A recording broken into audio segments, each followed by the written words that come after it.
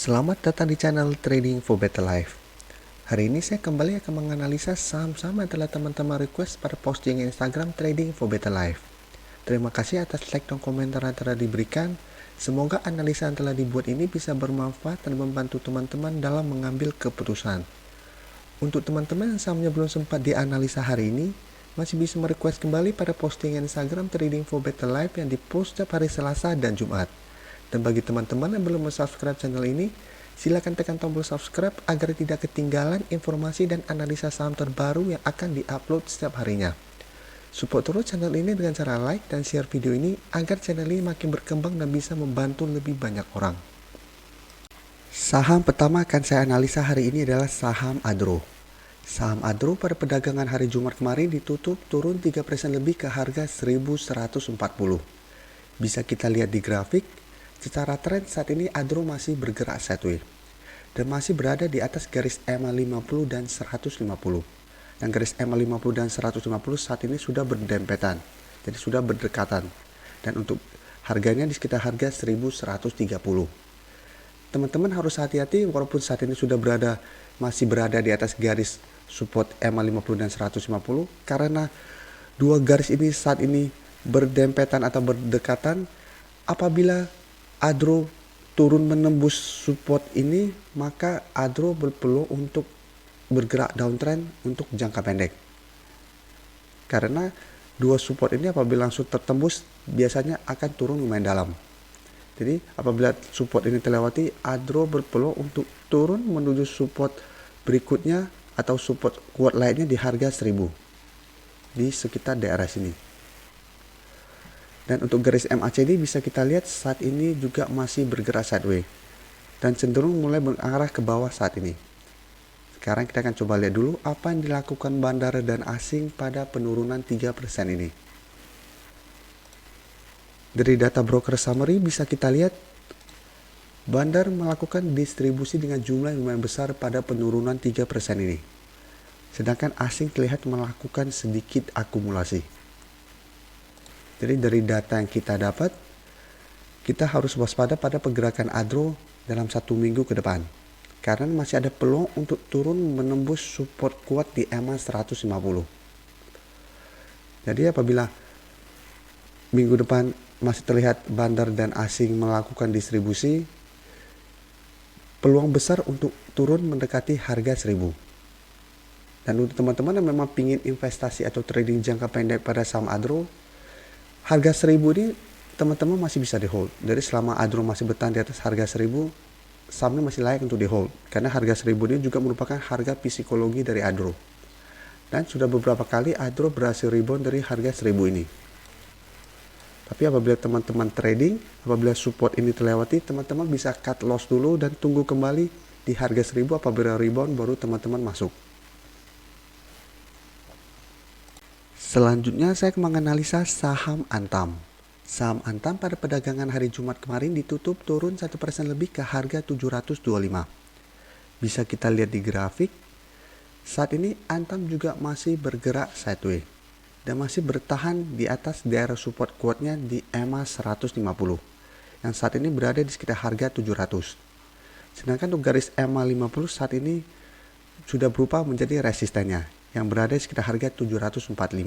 Ya, selama 1 minggu ini setiap menyentuh daerah support di EMA 150 berhasil rebound tetapi masih gagal naik di atas garis EMA 50.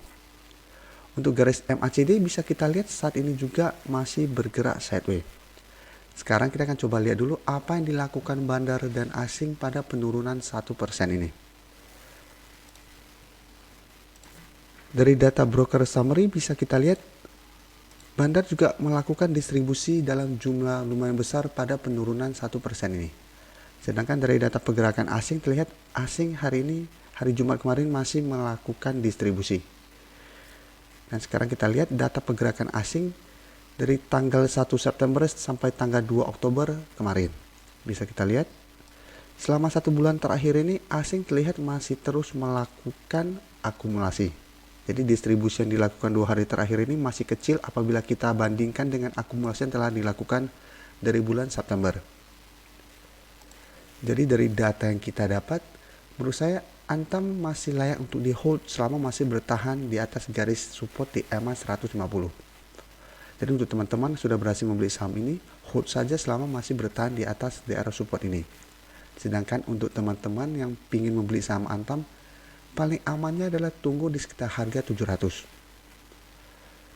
Dan Antam memang bergerak dalam sektor emas, tetapi persentase emasnya itu tidak sebesar saham-saham seperti MDKA atau PSAB. Jadi saat ini walaupun harga emas sudah mulai naik, Antam pergerakannya masih sideways. Sekarang coba kita bandingkan dengan saham MDKA. Untuk saham MDKA saat ini sudah mulai bergerak naik. Karena saya lebih merekomendasikan saham MDKA untuk dibeli pada saat-saat seperti sekarang ini. Karena harga emas saat ini sudah mulai bergerak naik kembali.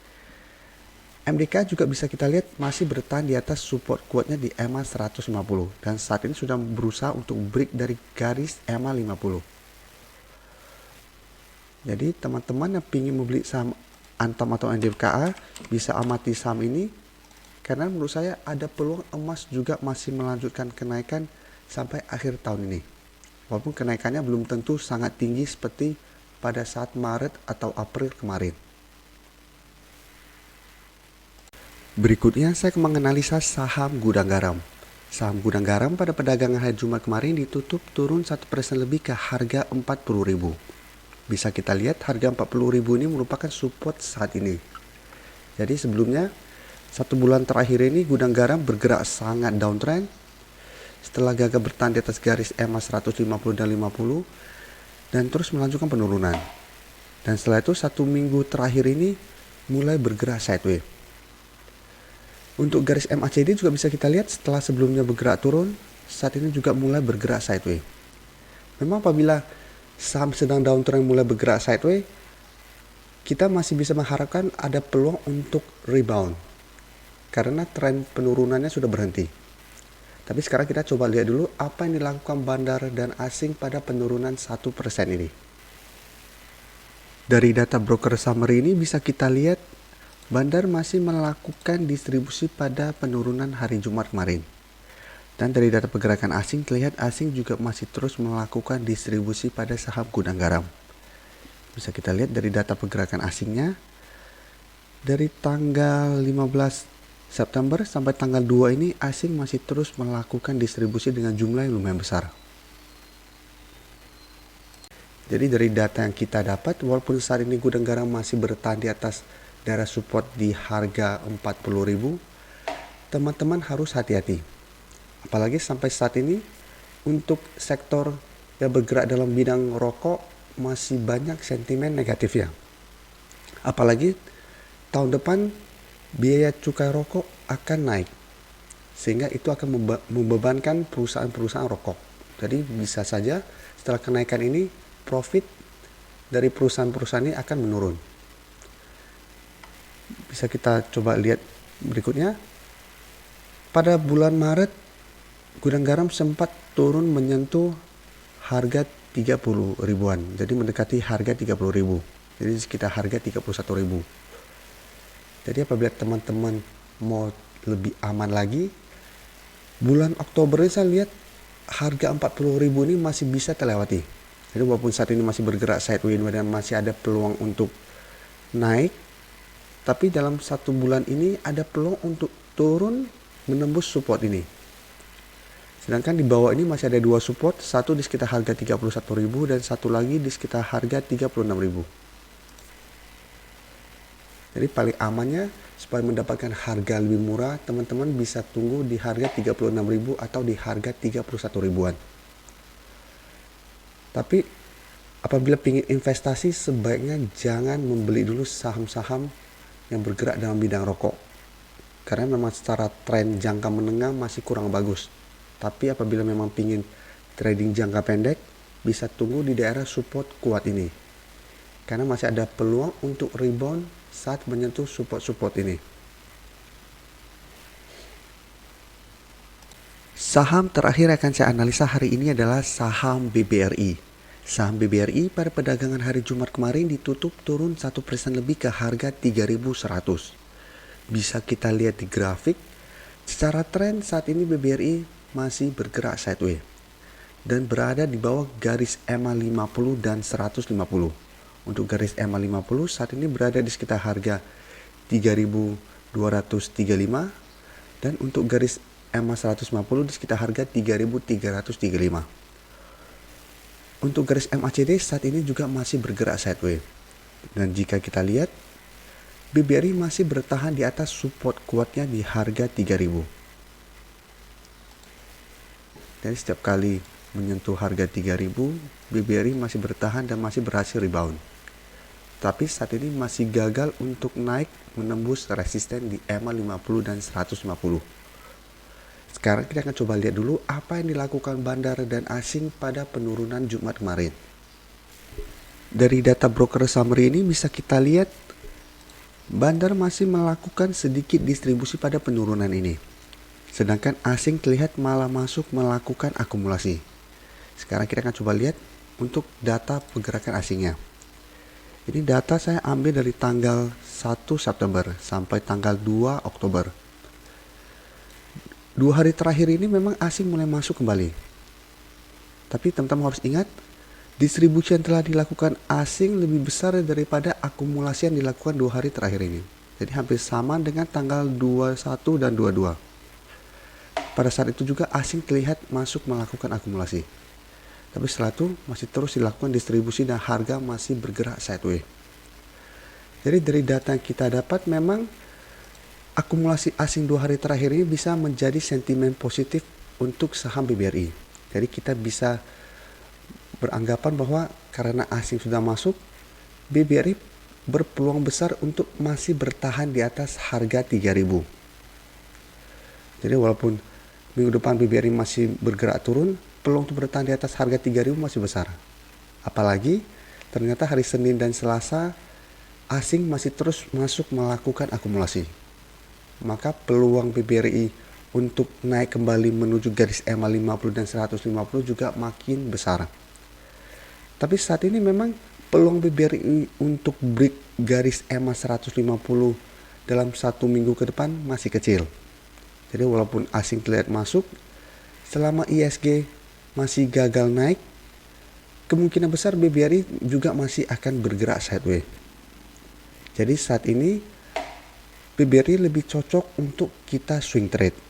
Jadi kita tunggu di sekitar harga 3.000. Saat terlihat rebound kita entry. Saat mendekati atau menyentuh garis resisten mulai turun, kita take profit saja dulu. Karena seperti penjelasan saya sebelum-sebelumnya, selama ISG masih belum stabil, apabila kita pingin trading, sebaiknya hanya trading jangka pendek. Dan jangan terlalu berharap untuk mendapatkan profit atau persentase yang gede apabila kita fokus pada saham-saham yang memang blue chip atau yang pergerakannya tidak terlalu cepat. Kecuali kita fokus pada saham gorengan, itu bisa saja, tetapi saya tidak pernah menyarankan teman-teman untuk membeli saham gorengan. Dan untuk teman-teman yang sudah mempunyai saham di harga atas, selama masih bertahan di atas harga 3.000, teman-teman tidak perlu merasa khawatir. Karena masih ada peluang untuk naik kembali. Terima kasih telah menonton video ini. Like dan share video ini bila bermanfaat bagi teman-teman. Dan support channel ini dengan cara tekan tombol subscribe agar channel ini bisa makin berkembang dan bisa membantu lebih banyak orang lagi. Terima kasih.